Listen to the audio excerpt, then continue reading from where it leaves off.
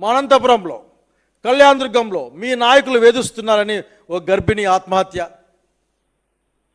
గుంటూరులో మీ ఎమ్మెల్యే వేధిస్తున్నాడని ఒక ఆత్మహత్యా ప్రయత్నం రీసెంట్గా.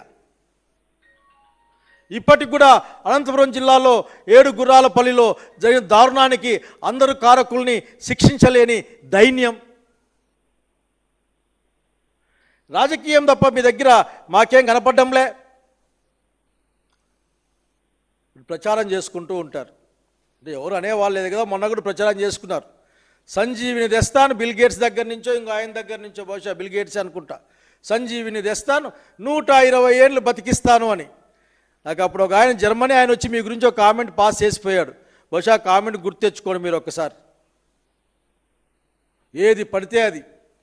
సింగపూర్కి పోయారు, వచ్చారు, పోను పోయే రాను వచ్చింది ఏంది లేదు, మరి ఆఖరికి ఇంకో కొత్త ప్రతిపాదన పెడుతున్నారని చెప్పేసి వార్తలు వస్తూ ఉన్నాయి. ప్రజల్ని దోచుకోవడానికి ఈ రోజున మీరు పరిపాలిస్తున్నట్లు ప్రజలు అనుమానం పడుతూ ఉన్నారు. మీ ఫ్రీ ఇసుక మాట్లాడడానికి లేదు. మీ సారా అదే మీ దాని లిక్కర్ పాలసీలు ఆఖరికి మీ యొక్క పై నుంచి కింది వరకు ఉన్నాయని వాళ్ళే చెప్తా ఉన్నారు. 20 రూపాయలు 30 రూపాయలు ఎక్కువగా అమ్ముకుంటున్నారని చెప్పుకుంటా ఉన్నారు. లిక్కర్ దొరకని పల్లె లేదని కూడా మాట్లాడుకుంటా ఉన్నారు.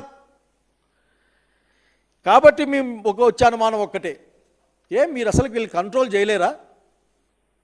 లేక నిజంగానే మీరు కంట్రోల్ చేసే శక్తిని కోల్పోయి ఇంకా వేరెవరో మీ వెనకల ఉండి నడిపిస్తూ ఉన్నారా? నిజంగా మీ కంట్రోల్ చేసే శక్తి లేకపోతే ఎందుకు ఇది మీకు? మిమ్మల్ని దయచేసి మీరు ఇంకో విధంగా అర్థం చేసుకునే ప్రయత్నం చేయొద్దని మాకు అనిపిస్తూ ఉంది. ఈ 15 నెలలుగా చూస్తున్న అనేక అంశాలు కొడతారు, చంపే ప్రయత్నం చేస్తారు, కొద్దిమంది చంపారు. అసలు పోలీసులు రోడ్డు మీద కాళ్ళ మీద కట్టెలు పెట్టి కొడతారు. చివరికి వైసీపీకి సర్పంచ్ జెండా ఎగడానికి పోతే కూడా బహుశా మీ జిల్లాలోనే అనుకుంటున్నా, చిత్తూరు జిల్లాలోనే వాళ్ళు రానికుండా తరిమేస్తారు. తెలుగుదేశం పార్టీ మేము మీరు ఏం చేయాలనుకుంటున్నారో మాకు అర్థం కావడంలే. నిజంగానే మీకు కంట్రోల్ ఉండి ఆ సామర్థ్యాన్ని కోల్పోకుండా ఉంటే తక్షణం కంట్రోల్ చేయాలా, లేకపోతే ఇది మీ యొక్క వికృత రాజకీయ క్రీడలో